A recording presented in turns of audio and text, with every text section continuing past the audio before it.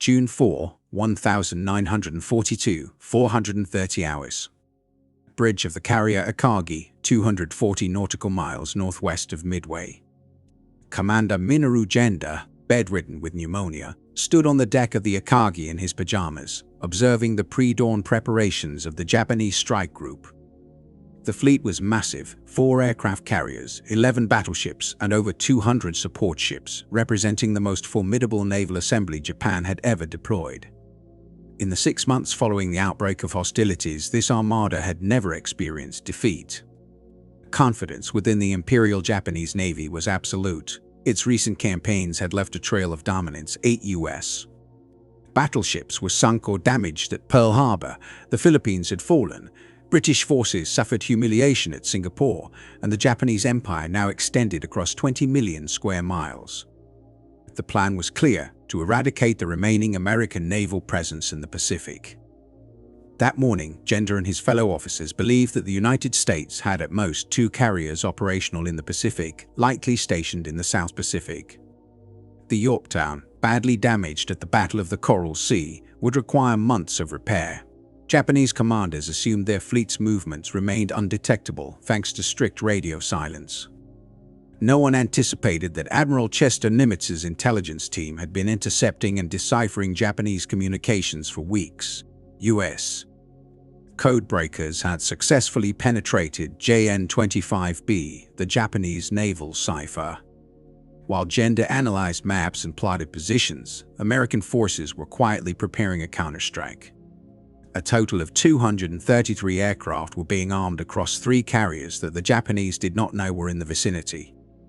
Within a span of 14 hours, the seemingly invincible Japanese Navy would suffer a decisive defeat. 4 irreplaceable carriers would be lost, and 3,570 skilled aviators and sailors would be killed. The myth of Japanese naval supremacy would crumble along with the burning decks of the carriers, extinguishing Japan's opportunity to dominate the Pacific. From a purely numerical standpoint, the odds initially favored Japan. Admiral Yamamoto led a combined fleet with overwhelming superiority. 8 carriers compared to America's 311 battleships against none, and a total of 248 aircraft versus roughly 233 on the U.S. side. Operation MI involved coordinating around 200 ships across vast expanses of ocean. Japanese official reports of the time reflected confidence in the assessment of American weakness. The rapid string of victories since Pearl Harbor, including the surrender of 85,000 British troops at Singapore, the annihilation of the Abda fleet in the Java Sea, and the conquest of Burma, reinforced the belief that Japan's military prowess was unassailable. Despite this, not all Japanese commanders were fully confident. Vice Admiral Chuichi Nagumo, in charge of the carrier air fleet, raised concerns about the complexity of the operation during staff meetings. His Chief of Staff, Rear Admiral Ryanosuke Kusaka, warned that the plan violated the principle of concentrating forces effectively. Yet these warnings were dismissed, echoing the skepticism that had been ignored prior to the Pearl Harbor attack. Several critical assumptions underpinned the Japanese strategy. As later interrogations revealed, American carriers were presumed to be in the South Pacific, the Yorktown required extensive repairs, American torpedo bombers were seen as ineffective, U.S. pilots lacked experience, and complete radio silence was believed to ensure operational surprise. Meanwhile, at Station Hypo in Pearl Harbor, Commander Joseph Rochefort oversaw a team of codebreakers working under extreme heat in the basement of the intelligence office. By May 1942, they had managed to decode portions of 15–20% of Japanese naval communications, sufficient to detect patterns and infer strategic intentions.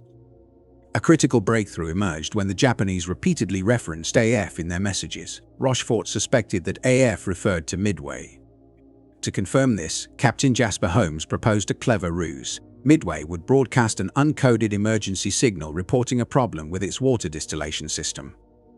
This combination of careful analysis, deception, and rapid mobilization set the stage for a confrontation that would reshape the course of the Pacific War.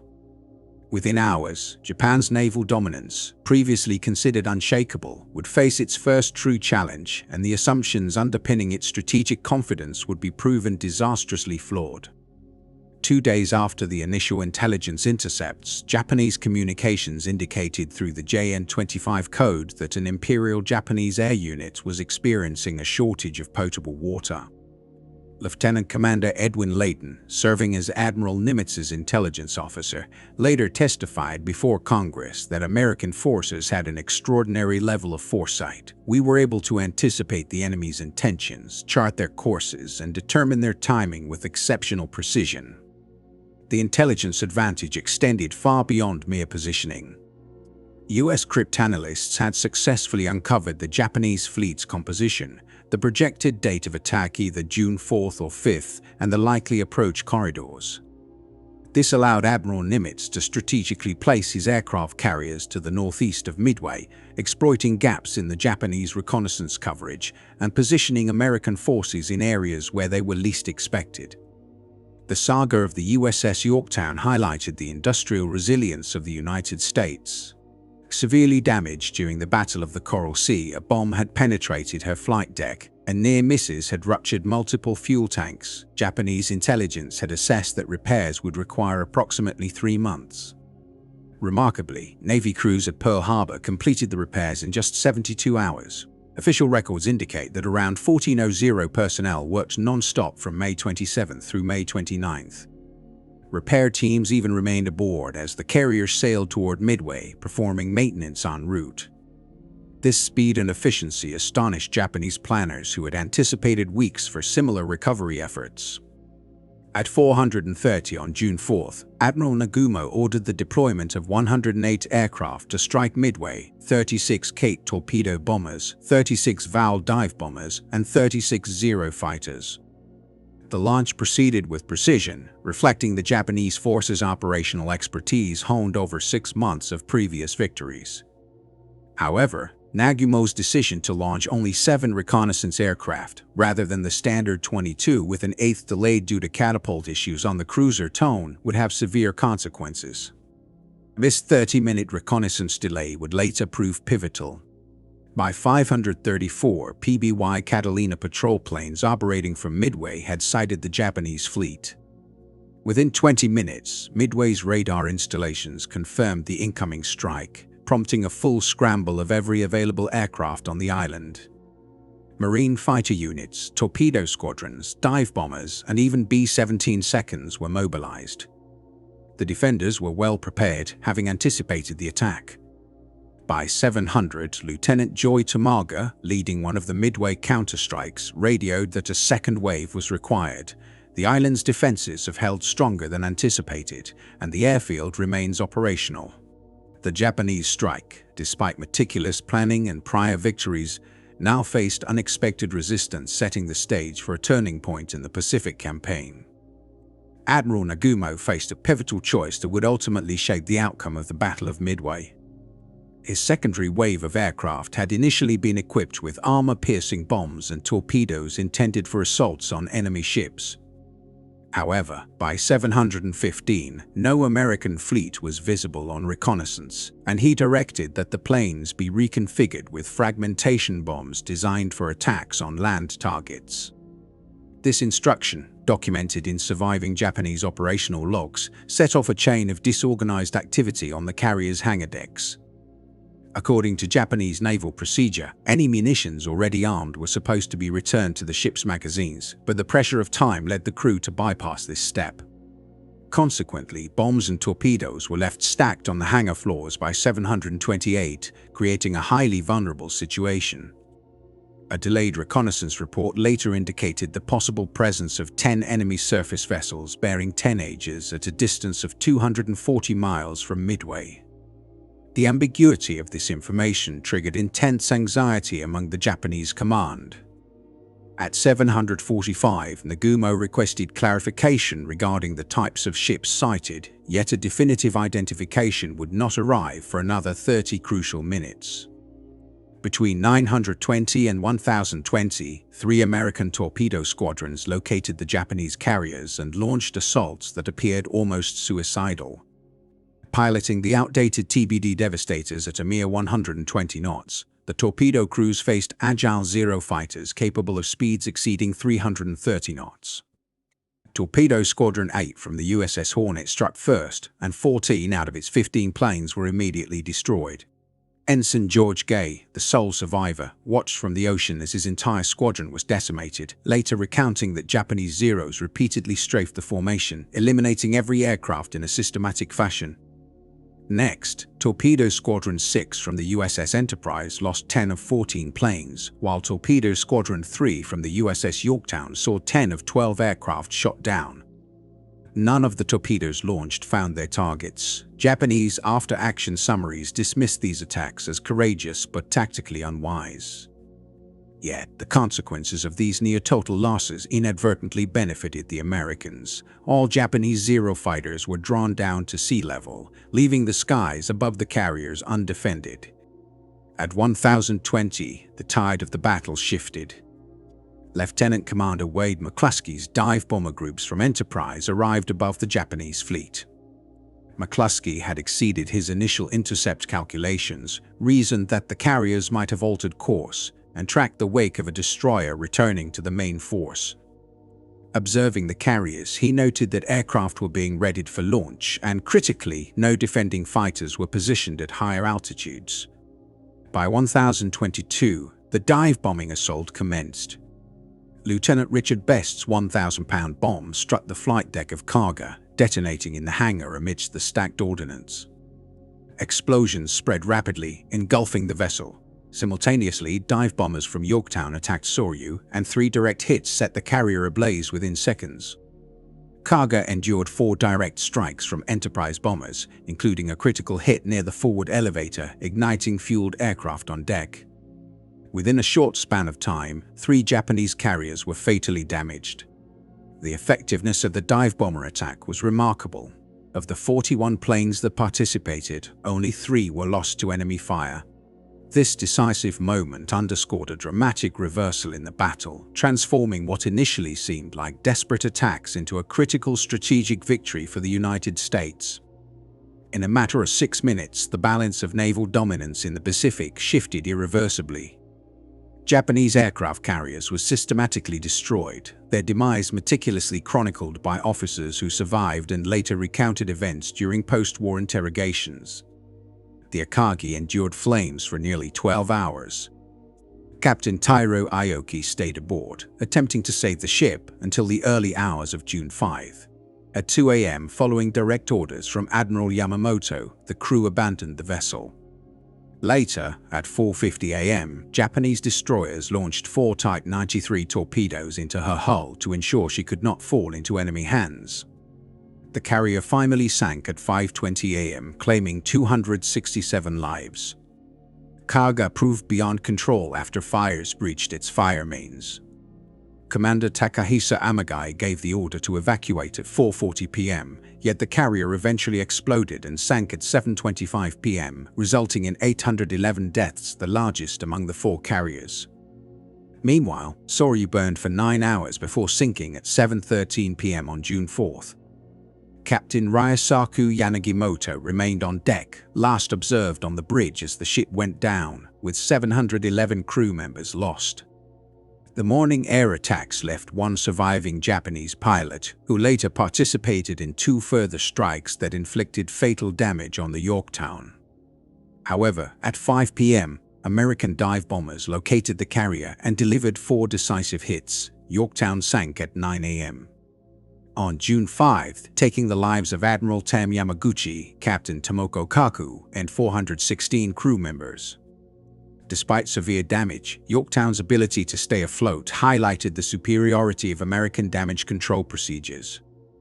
She survived 3 bomb strikes during the first attack and 2 torpedo hits during the second, remaining in service for nearly 2 days.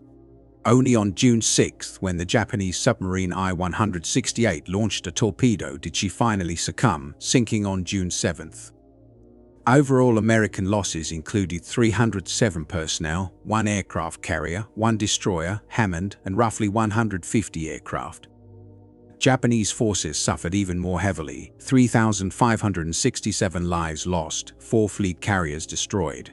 The heavy cruiser Mikuma sunk on June 6, 248 aircraft destroyed, and 100 Post-war assessments underscored the decisive role of American intelligence.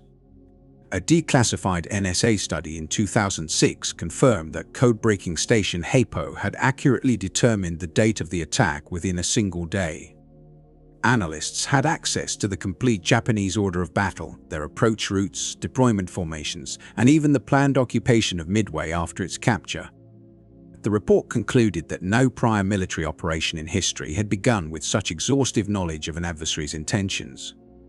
At 11:55 p.m. on June 4th, Admiral Yamamoto called off Operation MI and ordered a retreat. He was aboard the Yamato, the largest battleship of its era, positioned 300 meters behind the carriers with the most formidable surface fleet ever assembled, but he could not influence the unfolding disaster. Official records reveal that Yamamoto considered a night attack using his battleships, and his staff calculated they could reach the American fleet by 2 a.m. However, lacking air support and with American carriers ready at dawn, the strategy was judged far too risky to execute. The withdrawal at Midway represented an unprecedented event in the Pacific War. It was the first time a Japanese operation had been halted directly because of enemy intervention. The consequences of Midway went far beyond the immediate loss of ships and planes. On June 4, 1942, Japan's momentum in the Pacific was effectively broken. From that point onward, all Japanese naval maneuvers shifted to a defensive posture, reacting to American initiatives rather than dictating the pace of operations. The human cost in pilots was catastrophic and irreplaceable. Among the 110 airmen lost, each had accumulated an average of more than 800 flight hours, many with combat experience dating back to the China campaigns starting in 1937. Japan's pre-war aviation system could only produce roughly 100 pilots per year, a figure dwarfed by the United States, which was training 2,500 pilots every month. Japanese naval strategy, built around the concept of a single decisive engagement, had its roots in the triumph at Tsushima in 1905. By 1942, however, this approach had become outdated. Midway demonstrated that modern naval warfare depended far more on industrial output, intelligence capabilities, and operational logistics than on the valor or skill of individual warriors. Production statistics reinforced the disparity. From the Battle of Midway until the end of the war, Japan launched just 12 aircraft carriers, whereas the United States produced 141 fleet carriers and 124 escort carriers. Aircraft production between 1942 and 1945 further highlighted the imbalance. Japan manufactured roughly 65,000 planes, while the United States produced nearly 300,000. By 1944, American pilots averaged over 600 hours of flight experience before entering combat, whereas their Japanese counterparts typically had only 150 to 200 hours. The United States also enjoyed a massive advantage in industrial and economic capacity, with national income 17 times higher than Japan's pre-war figures and supplying 2/3 of all Allied military equipment. Post-war Japanese technical assessments exposed multiple systemic weaknesses. Carrier designs were flawed, with enclosed hangars prone to catastrophic explosions, inadequate fire suppression measures, poor damage control protocols, and insufficient ventilation. The Zero fighter, while highly maneuverable, lacked armor protection and self-sealing fuel tanks, prioritizing performance at the expense of survivability. There was no organized system for rescuing downed pilots. Operational shortcomings were also evident. Search missions were poorly executed, with far fewer planes deployed than doctrine recommended, and radio communications were poorly managed even while maintaining operational silence. Tactical procedures were rigid and inflexible, limiting adaptability in combat. In contrast, American forces demonstrated the effectiveness of comprehensive training, disciplined operations, and robust ship design. The Yorktown survived repeated attacks thanks to thorough crew training in firefighting, extensive use of CO2 systems, foam generators, portable pumps, and redundant ship systems with improved compartmentalization. American doctrine emphasized preservation of both ship and crew rather than a rigid code of honor leading to inevitable losses. Japanese carriers remained critically vulnerable to a single strike, often triggering catastrophic internal explosions, a vulnerability that had been noted but never corrected after Midway. Intelligence played a decisive role in the outcome of the battle. Admiral Nimitz later emphasized that without early warnings of Japanese movements, and had American carriers been scattered, the result at Midway could have been dramatically different. Station Hypo achieved far more than merely breaking enemy codes. It supplied actionable intelligence that enabled precise positioning of American carriers, reinforced defenses at Midway, conserved resources by anticipating Japanese feints, and created opportunities for tactical surprise despite being outnumbered. Post-war investigations into Japanese naval performance highlighted a series of command failures and operational deficiencies. Reports from the field documented insufficient reconnaissance, delays, and indecision regarding rearming procedures confirmed by multiple eyewitnesses, and the failure to deploy available aircraft during critical attacks. Coordination with supporting units was notably poor, while strategic planning revealed overcomplicated schemes that demanded near-perfect timing. Japanese operations in the Aleutians, for instance, required simultaneous deployment of divided forces, stretching resources thin. Japanese assessments consistently underestimated intelligence that indicated growing U.S. radio traffic.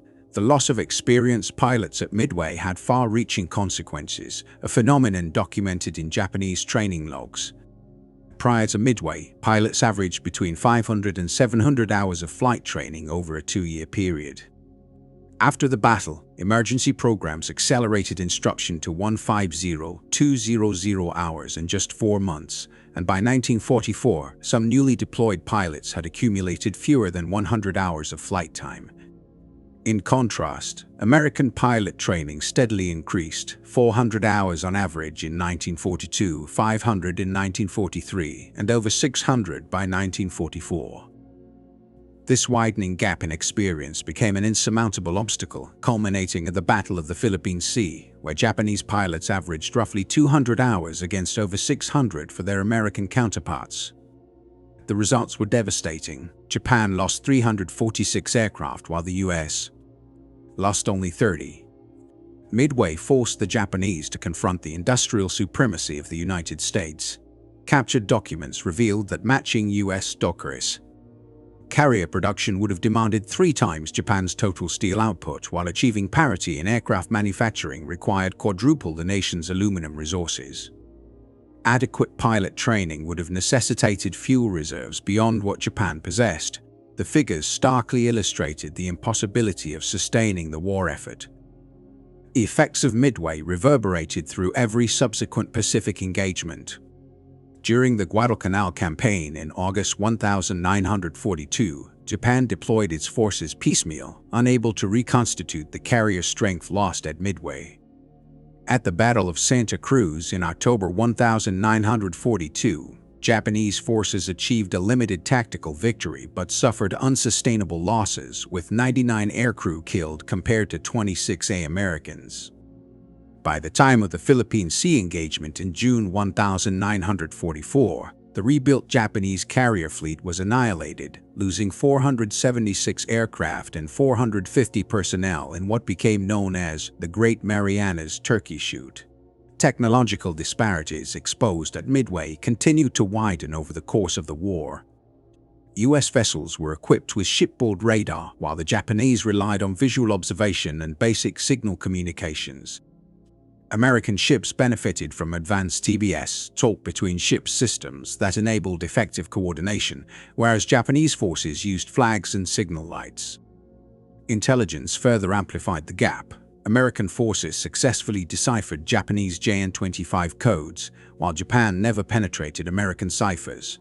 On the production side, U.S. port industry continuously improved aircraft designs, whereas Japanese factories struggled to retool effectively. Eyewitness accounts and post-war interrogations provide a clear window into these failures. Captain Tairo Aoki of the carrier Akagi testified that improperly stored ordnance amplified the effects of enemy bomb hits, turning single strikes into catastrophic explosions. Commander Yasuji Watanabe, Yamamoto's operations officer, revealed in post-war interviews that the admiral understood the war was effectively lost after Midway, even though this conclusion was never publicly announced. The report of Ensign George Gay, the only survivor of Torpedo Squadron 8, offered detailed insight into Japanese carrier operations during the attack. Modern scholarship, particularly Jonathan Parshall and Anthony Tully's Shattered Sword 2005, has corrected enduring myths. Japanese carriers required at least 30–40 minutes to launch aircraft, far longer than the often cited 5 minutes. Coordinated strikes were doctrinal, making partial attacks unfeasible, and reconnaissance failures were systemic, rooted in doctrine rather than bad luck. Midway's lessons extended beyond the immediate battlefield. The engagement demonstrated that superior intelligence could offset numerical disadvantages, and that the combination of industrial capacity, pilot training, technological innovation, and operational discipline were decisive in modern naval warfare. The capacity of a nation's industry often dictates the outcome of extended military conflicts, far more than the prowess of individual units or initial battlefield advantages. Over time, the ability to integrate new technology and adapt operational methods outweighs any early superiority. During naval warfare, efficient logistics and consistent production prove more decisive than isolated tactical brilliance. The lessons from Midway illustrate this principle clearly. Aircraft carriers never again experienced the concentrated doctrinal deployment seen during that engagement. In the years following, naval strategy shifted toward integrating radar and electronic countermeasures, while damage control aboard ships gained parity in importance with offensive operations. Protecting trained pilots became a higher priority than the pursuit of honor in suicidal attacks.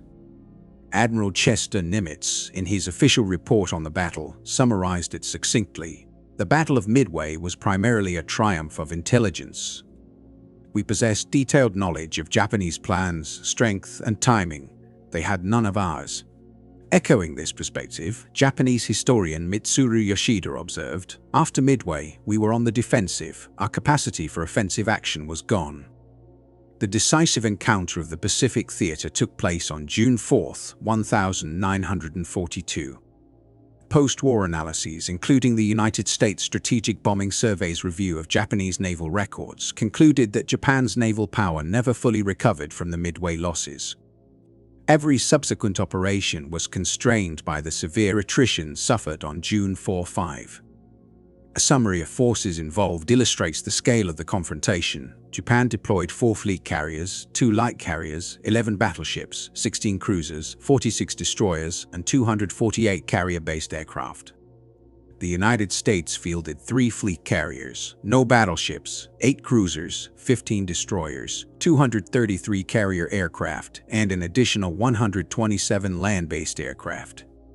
Japanese losses included all 4 fleet carriers, 1 heavy cruiser, 248 aircraft, and 3,587 personnel, including 110 aircrew. American losses were comparatively lower: 1 fleet carrier, 1 destroyer, 150 aircraft, and 307 personnel. Japanese carrier strikes dominated the morning from 4:30 to 9:28, achieving approximately 5 hours of air superiority. In contrast, the Americans delivered their decisive counterstrike in just 6 minutes between 10:22 and 10:28. The full engagement spanned roughly 28 hours from 4:30 on June 4 to 9 on June 5. Midway stands as a clear demonstration that careful preparation and superior intelligence can neutralize both surprise and numerical strength. Industrial strength proved more crucial than individual courage, while the capacity to innovate technologically could overturn initial advantages. The Japanese fleet that launched its assault on June 4 represented the most formidable carrier force assembled up to that point in history. By evening, that force had been shattered. The Americans achieved this not by chance, but through meticulous intelligence gathering, thorough preparation, and unmatched industrial resources. Within a mere 6 minutes of coordinated dive bomber strikes, the trajectory of the Pacific War was effectively set. Subsequent battles unfolded with the understanding that American intelligence and production had already imposed strategic limits on Japanese options. Japan continued to fight for 3 more years, yet the potential for true victory was extinguished with the loss of those 4 carriers northwest of Midway. The battle confirmed that modern naval warfare was no longer simply a contest of tactical skill or heroic resolve. It had become a competition of information, technological adaptation, and industrial endurance. Japan brought superior experience and battlefield tactics, but the United States brought superior knowledge and the capacity to replace losses rapidly. In this confrontation, the advantages of future-focused planning and industrial power overcame the traditions of past naval expertise. Midway remains the U.S. Navy's most significant triumph, not only for the tactical victories achieved, but for demonstrating that a nation's industrial might and innovative capacity can decisively outmatch even the most experienced military adversary. The Japanese expected a straightforward victory, only to confront the beginning of the unraveling of their naval dominance in the Pacific.